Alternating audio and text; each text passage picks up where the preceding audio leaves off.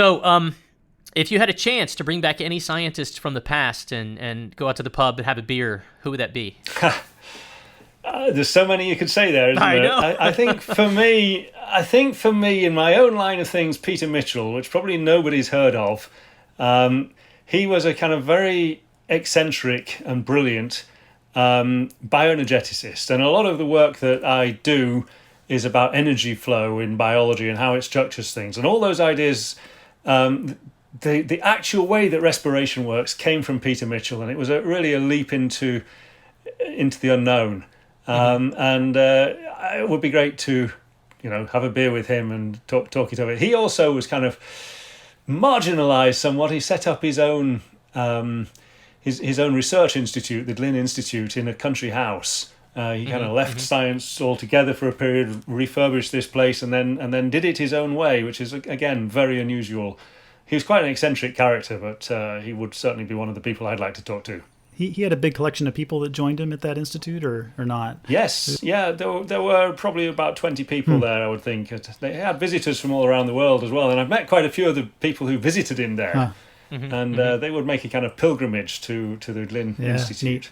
So he would be probably, it's a slightly eccentric choice. I mean, most people would say Darwin or something, but I think in my case it would be most people do say Darwin, and so it's very refreshing to have somebody say somebody else.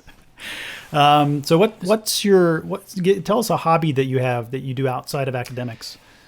Well, I used to do a lot of climbing, rock climbing and mountaineering, and I do less now. I mean, I found the more academics that I did, the more weight I began to put on. And when I went climbing, I found my centre of gravity had shifted to somewhere where it didn't used to be. I understand that so well. I did less climbing. Yeah. So more recently, I've started running again, really just to lose a bit of weight and get fitter again. But so the other thing I do is play the fiddle. I play Irish music. I used to play in pubs quite a lot, and these days less in pubs. Having kids kind of put an end to that, but now my oldest kid is wanting to play the fiddle in pubs, so excellent. That's kind of nice. One of my sons is wanting to do some rock climbing, and so we've been going to the local rock gym, and I'm feeling my 51-year-old out of shape compared to his 16-year-old vigor. You're going with him to the gym, are you, to the rock gym? Yeah. I may be in that situation before too much longer as well. So you wrote, just one more and then we'll get into the book. You wrote in the Vital Question that the best books, your favorite books, the best books in biology have always been arguments. And that was just really neat to read, but of course it led me to ask, what books are you referring to? Well, I mean, the one that I mentioned there, I think, was Darwin, The Origin of Species, which he himself described as one long argument.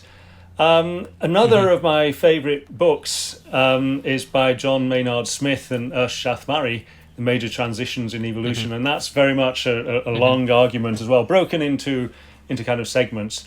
And then there's George, oh dear, his name's escaping me now.